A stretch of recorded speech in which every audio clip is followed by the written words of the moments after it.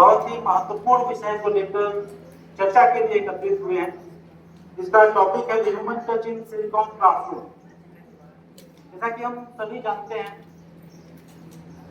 Technology और artificial intelligence जिसने आज इस पूरे समाज पे, अगर हम सीधे शब्दों में कहें तो कैप्चर कर रखा है। जैसा कि रानी मैम ने अपने उद्बोधन में कहा कि हमारे दिन की शुरुआत भी एआई से होती है और रात जब हम सोने जाते हैं तो समाप्ति भी एआई पर ही होती है। ये कहने में तो बड़ा सरल लग रहा है, परंतु अगर इसको बहुत ही गंभीरता से देखें तो कहीं न कहीं हमारे दिमाग को इसने जकड़ रखा है। मतलब हम चाहते हुए भी वो नहीं कर पाते जो करना चाहते हैं, और हमारा फोन या एआई टेक्नोलॉजी हमसे वो करवा देता है जो हम नहीं करना चाहते।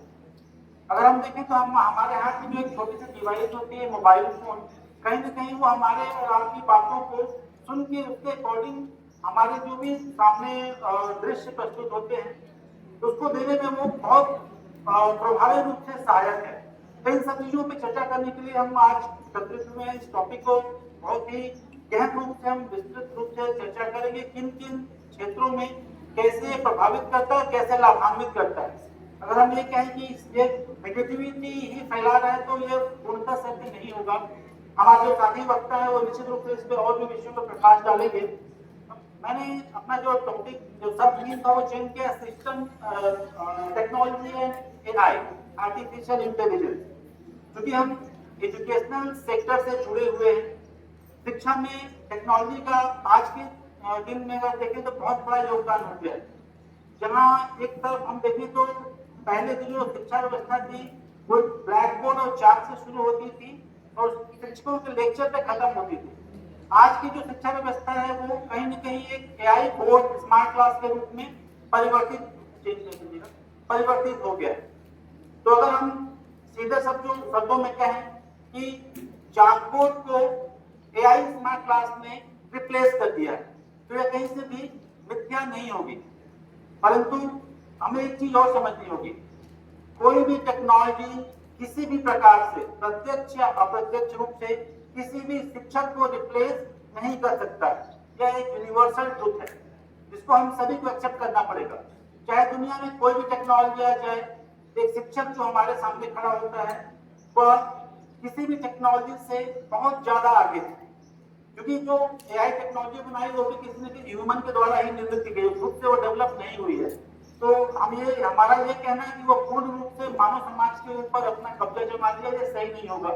कहीं न कहीं वो मानव निर्मित है और मानव जैसा चाहे उसको अपनी सुविधा के अनुसार परिवर्तित मॉडिफाई कर सकता है। ये डिपेंड करता है हमारे ऊपर कि हम उसको किस रूप में किस परिप्रेक्ष्य में हम उसको इस्तेमाल करते हैं। जो निगेटिविटी फैलाने वाले लोग होते हैं निश्चित रूप से उनकी मानसिकता वैसी होगी, वो उसको उसी रूप में स्वीकार करेंगे और उसी रूप में फैलाएंगे। लेकिन हम चूंकि शिक्षक हैं, शिक्षित समाज से हम आते हैं, हमारा मानना हमेशा होता है कोई भी टेक्नोलॉजी हो आती है उसको बहुत पॉजिटिवली हमको अडॉप्ट करना होता है और करना भी चाहिए। अगर हम टेक्नोलॉजी को अडॉप्ट नहीं करेंगे कहीं ना कहीं हम इस समाज से या इस प्रोफेशन से बहिष्कृत किए जा सकते हैं, इसकी संभावना हमेशा बनी रहेगी।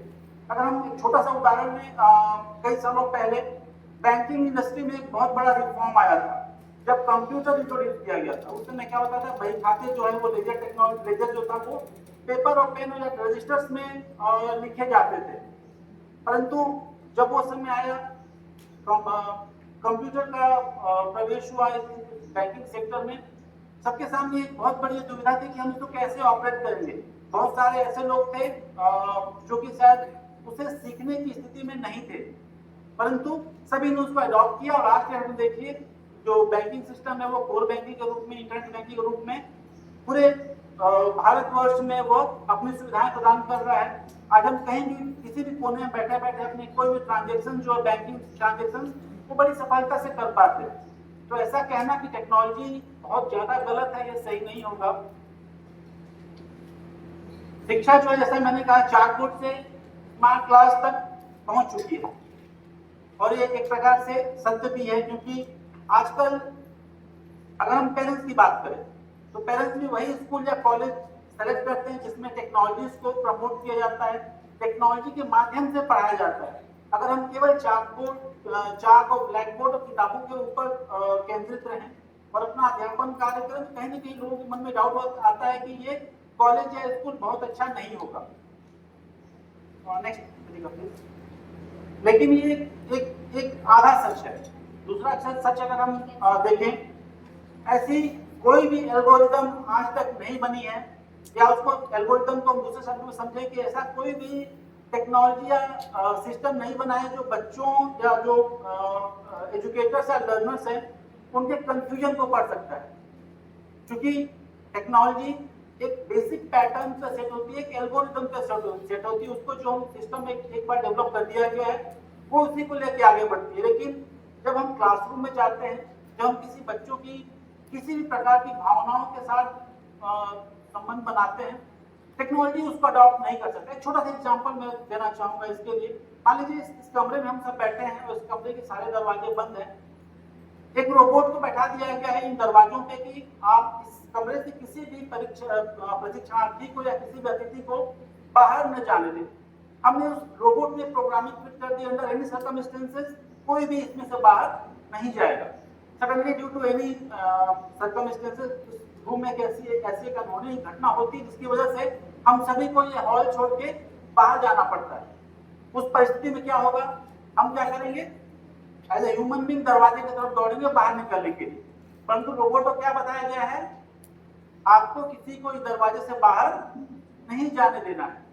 रिजल्ट क्या होगा, हम सब इस कमरे में स्टक रह जाएंगे और जो भी अनहोनी होगी वो हम सबके साथ हो जाएगी।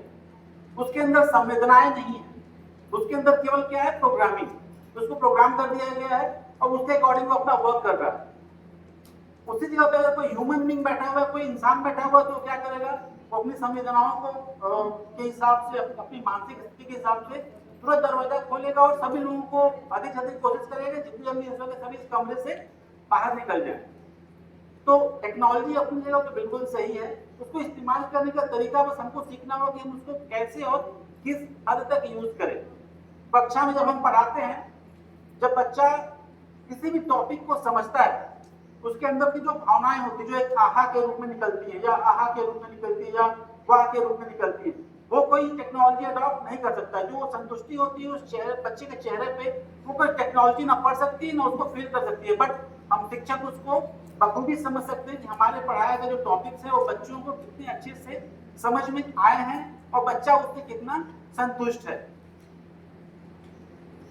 बात करें एआई की, आर्टिफिशियल इंटेलिजेंस, ये निश्चित रूप से हमें कई मायने में हेल्प तो करता है। कुछ बिंदुओं को मैंने आपके सामने स्क्रीन पे लाया है, बहुत ज्यादा डिटेल में इसमें नहीं जाता क्योंकि बहुत बड़ा एक देखा जाता है एक प्रकार का सागर है। सागर में से कुछ बूंदे हमने लाई जो कि हमें आगे बढ़ने के लिए निश्चित रूप से मददगार होंगी। पर्सनलाइज्ड लर्निंग हमें ये प्रोवाइड करता है, हमको किस प्रकार की लर्निंग चाहिए, एआई के माध्यम से हम उसको डिफाइन करके अपने हिसाब से उसको पर्सनलाइज कस्टमाइज कर सकते हैं और अपनी पढ़ाई को या पढ़ाने के माध्यम को आगे कर सकते हैं। ये एक प्रकार का हमको ऑटोमेटेड असेसमेंट प्रोवाइड करता है। हमने एआई में एक प्रोग्रामिंग डाली है, एक कोडिंग उसको बता दी कि आपको इस पैरामीटर्स पे ऐसे ऐसे आपको रीडिंग करना है या चेक करना है। यहाँ एक छोटा सा और एग्जांपल देना चाहूंगा, असेसमेंट की बात आ रही है। अभी रिसेंटली आप लोग सभी अगर सोशल मीडिया या न्यूज से जुड़े होंगे तो सीबीएसई ने जो अभी कक्षा 12वीं की जो है कॉपियां चेक की हैं ऑनलाइन स्क्रीनिंग के माध्यम से, उसमें कुछ खामियां भी आई जिसकी वजह से कुछ समस्याएं उत्पन्न हो रही है। वो समस्या क्यों उत्पन्न हुई, क्योंकि पूर्णतया उन्होंने टेक्नोलॉजी के ऊपर अपने आप को निर्भर कर दिया। उसमें जो खामियां आई हैं निश्चित रूप से वो दूर हो जाएंगी, ऐसी कोई बहुत बड़ी समस्या नहीं है। बट एट प्रेजेंट वो एक प्रकार का चैलेंज है जिसके साथ सभी बच्चे और सभी जो सिस्टम है वो जूझ रहा है। तो कमियां हुई कहाँ, उन्होंने क्या किया, एक सिस्टम बनाया, वो सिस्टम को एक इंस्ट्रक्शन दे दिया कि आपको ऐसे ऐसे करना है और सिस्टम ने एग्जैक्टली वैसे ही किया। जब हम कॉपियां चेक करते हैं तो हम लाइन बाय लाइन पढ़ के उसकी जो भी आंसर का जो रिक्वायरमेंट होता है उसके हिसाब से उसकी मार्किंग करते हैं, क्योंकि सिस्टम में जो भी उन्होंने सॉफ्टवेयर लिया, जो भी उन्होंने पैटर्न डाला, उसके हिसाब से उसने कैलकुलेशन किया और जो भी कमियां हैं वो भी आ रही। तो डेफिनेटली हम अपने असेसमेंट को ऑटोमेट कर सकते हैं, लेकिन उसके लिए हमको पहले अपने असेसमेंट को खुद समझना पड़ेगा और अपने सिस्टम को या एआई को समझाना पड़ेगा कि हमें एक्चुअल में क्या चाहिए, और जो उसका आउटकम होगा वो कैसा होना चाहिए, ताकि जो जो लर्नर से जो रिसीवर है वो उसको भली भांति समझ सके और संतुष्ट हो सके। स्मार्ट कंटेंट क्रिएशन भी बहुत आसानी से किया जा सकता है। जैसे आजकल हम अपने मोबाइल फोन पर देखते होंगे, सोशल मीडिया पर देखते होंगे, बहुत सारे AI जनरेटेड वीडियोस आते हैं। अगर हम कैमरा लेके एक स्टूडियो में वो वीडियो रिकॉर्ड करने जाएं तो निश्चित रूप से वो बहुत समय लेगा। साथ ही जो क्वालिटी AI प्रोवाइड करता है वो क्वालिटी प्रोवाइड करने में हमको शायद उतनी सफलता न मिल पाए। तो कहीं ना कहीं से वो डिजिटल कंटेंट क्रिएट करने में हमको बहुत ज्यादा सुविधा प्रदान करता है। साथ में लर्निंग एनालिटिक्स भी हमको प्रोवाइड करता है कि अगर हम चाहें कि हमको एक एनालिसिस करना है कि जो लर्नर्स है उन्होंने किस हद तक क्या क्या सीखा, कितना सीखा, क्या सीखा, जो पढ़ाया गया उसके अनुरूप उन्होंने कितना सीखा है, तो सारी चीजों को एक एनालिसिस प्रोवाइड करके जो एजुकेटर्स होते हैं, जो टीचर्स होते हैं, उनको प्रोवाइड करता है, ताकि जो भी लर्नर्स हैं उनकी जो प्रोग्रेस है उसको आसानी से मेजर किया जा सके। आज के डेट में हम सिलिकॉन क्लासरूम में एंटर कर चुके हैं। जैसा मैंने पहले ही बताया कि हम चाकबोर्ड से हट के स्मार्ट बोर्ड पे अपने आप को केंद्रित कर चुके हैं। लेकिन इस डिजिटल क्रांति के बीच में जहां पास मानवीय संवेदना की बात आती है, आर्टिफिशियल इंटेलिजेंस और टेक्नोलॉजी वहां पास पूर्ण रूप से फेल हो जाता है। क्योंकि जितना हम मानवतावश जो चीजों को सोच के, जिन चीजों के हिसाब से अपनी क्रियाकलाप को निर्धारित करते हैं, AI उस पे अभी तक 100% अगर हम बोले तो खरा नहीं उतर सका है। अगर हम ह्यूमन टीचर्स और AI के वर्सेस में तुलना, नेक्स्ट स्लाइड रहेगा, तुलनात्मक अध्ययन करें, दो चीजें हमारे सामने आज के डेट में, एक है AI, एक है ह्यूमन टीचर। दोनों का एक तुलनात्मक अध्ययन अगर हम करें तो कुछ बिंदु हमको निकल के आते हैं, जिसमें AI जो है definitely fast processing system provide करता है, जो काम एक ह्यूमन बीइंग करने में शायद 2 दिन लगा ले, AI उसको विदिन मिनट करके आपके सामने बहुत अच्छे तरीके से प्रस्तुत कर सकते हैं। तो निश्चित रूप से जो प्रोसेसिंग है वो AI की बहुत फास्ट है। इंस्टेंट फीडबैक, अगर हम कोई भी कार्य करते हैं AI के माध्यम से, अगर उसमें कोई भी त्रुटि होती है, कोई भी एरर होता है, इमीडिएटली फीडबैक AI हमें प्रोवाइड करता है, जिससे हम उसको तत्काल इंप्रूव करके उसको प्रेजेंट कर सकते हैं। डेटा एनालिसिस, जो भी डेटा हमारे पास होता है उसको बड़े आसानी से एनालिसिस किया जा सकता है। कोई एक कंपैरिजन चार्ट बनाना है, किसी के बीच में तुलनात्मक अध्ययन करना है, या ऐसी कोई भी एनालिसिस हमको करनी है, रिक्वायर्ड है, तो वो AI के माध्यम से बड़े आसानी से तत्परता के साथ किया जा सकता है, बिना किसी त्रुटि के। ये डिपेंड करेगा कि हम जो डेटा प्रोवाइड कर रहे हैं, जो डेटा इनपुट करा रहे हैं, वो किस स्तर का है।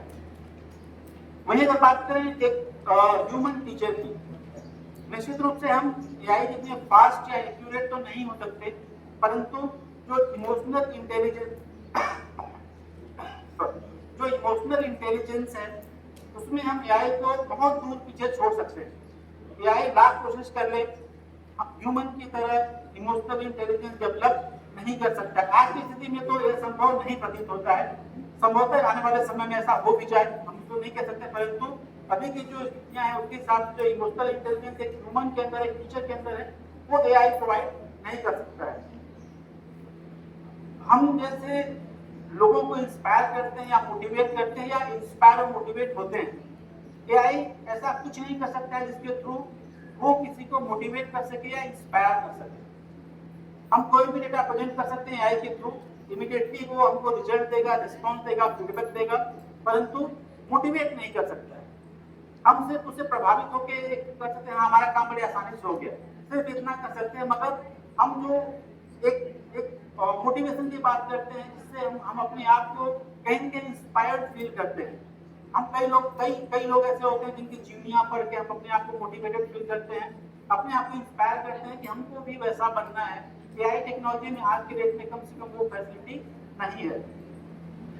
एथिकल गाइडेंस, जो एक शिक्षक या ह्यूमन बीइंग एक एथिकल गाइडेंस लोगों को प्रोवाइड कर सकता है, डेफिनेटली AI टेक्नोलॉजी अभी उस स्थिति में नहीं पहुंची है कि वह किसी प्रकार से एथिकल गाइडेंस किसी को प्रोवाइड कर सके। जो खामियां हैं निश्चित रूप से उस पर काम करने की आवश्यकता है। अगर एक सवाल किया जाए, व्हाई ह्यूमन टीचर्स मैटर्स, अगर हम तुलनात्मक अध्ययन करें AI के साथ में, आज भी कहीं न कहीं एक टीचर क्लासरूम में बहुत इंपॉर्टेंट है।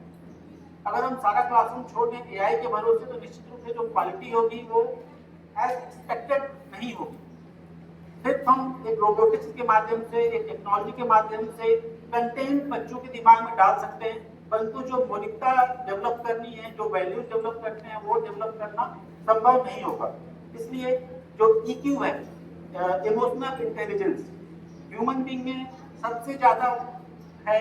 इसकी वजह से आज के डेट में भी जहां एआई आज टॉप पे है, ह्यूमन टीचर की रिक्वायरमेंट एज इट इज बनी हुई है। ऐसा कहना बिल्कुल गलत होगा कि टेक्नोलॉजी के आने से टीचर्स रिप्लेस हो सकते हैं।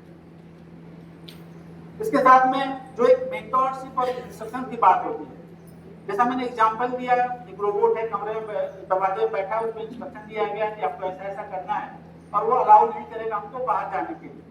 उसको एक इंस्ट्रक्शन दे दिया गया, उसके अकॉर्डिंग वो करता है।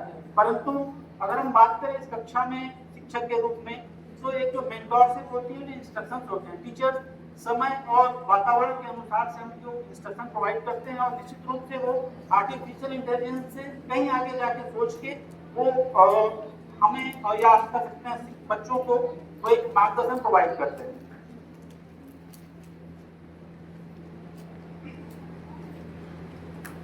नेक्स्ट पेज है human in the loop of pedagogy. अभी हम बात कर रहे हैं स्मार्ट क्लासरूम, जो कि विदाउट स्मार्ट पेडागॉजी कहीं से संभव नहीं हो पाएगा। अगर हम स्मार्ट टेक्नोलॉजी यूज कर रहे हैं, अगर एआई यूज कर रहे हैं, तो कहीं ना कहीं हमको अपनी पेडागॉजी को भी उतनी ही स्मार्ट बनानी पड़ेगी।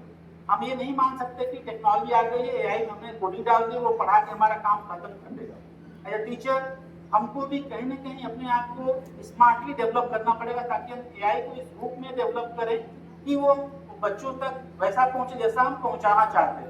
आप सब बीएड में डेफिनेटली पेडागॉजी के बारे में पढ़ते होंगे, आप उसके बारे में बिल्कुल अध्ययन किए होंगे, आपको पता है पेडागॉजी जो है वो किस तरह की एक प्रक्रिया है जो कि बच्चों के मानसिक विकास को डेवलप करने में सहायक होती है।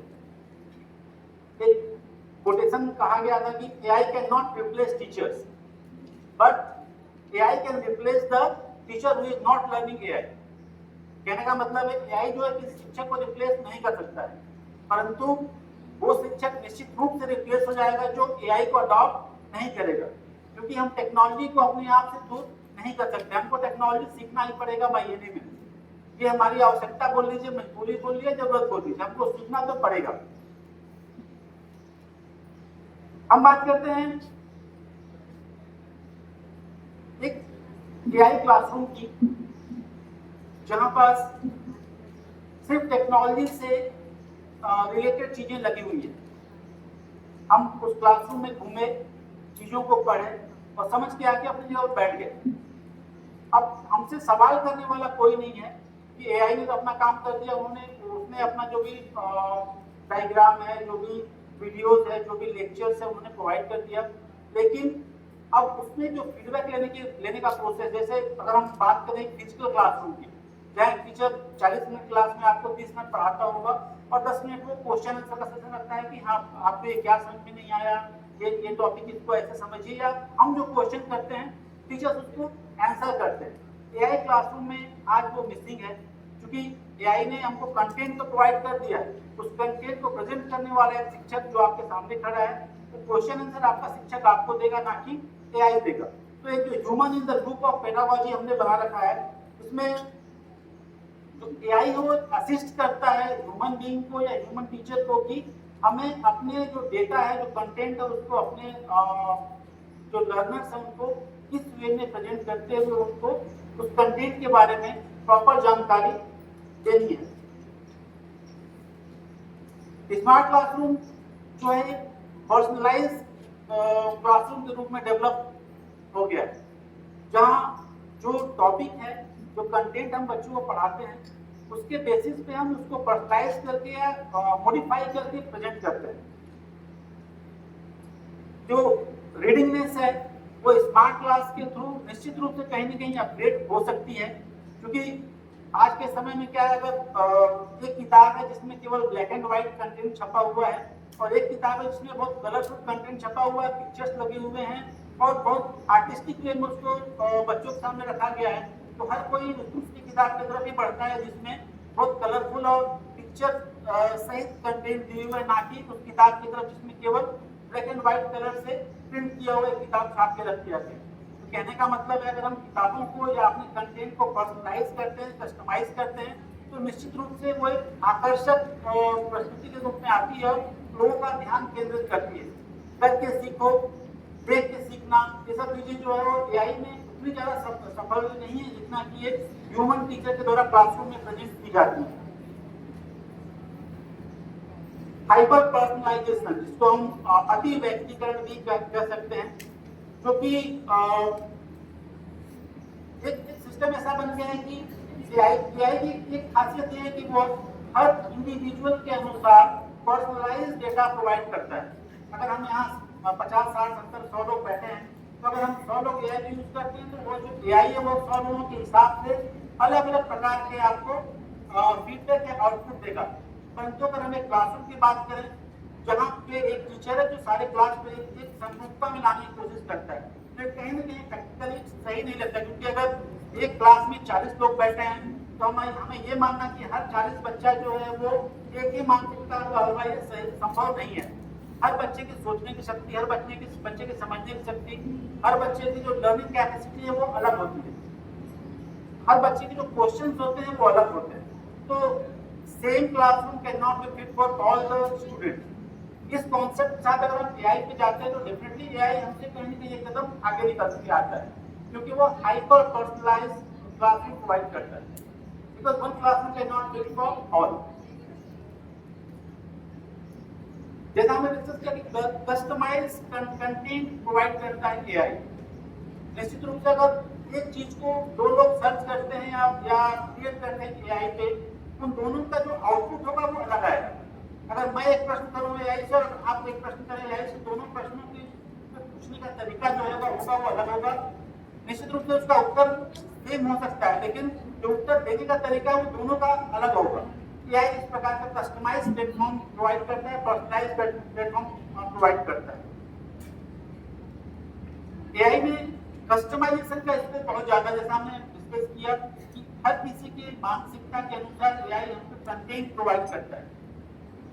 कोई भी आप एक फ्रेज उसमें एआई में आप डालिए, उसका जो आउटपुट होगा आपको निश्चित रूप से अलग अलग ही मिलेगा।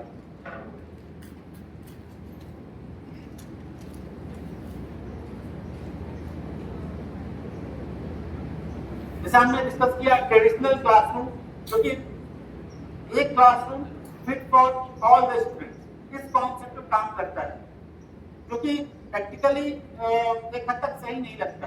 एआई, जैसा हमने डिस्कस किया, एआई जो है हर किसी के लिए अलग अलग प्रकार के फीडबैक्स, अलग अलग प्रकार के कंटेंट प्रोवाइड करता है। चाहे वो आप सेम क्वेश्चन अगर आप अपने नेक्स्ट पे आइएगा, सेम क्वेश्चन अगर अपने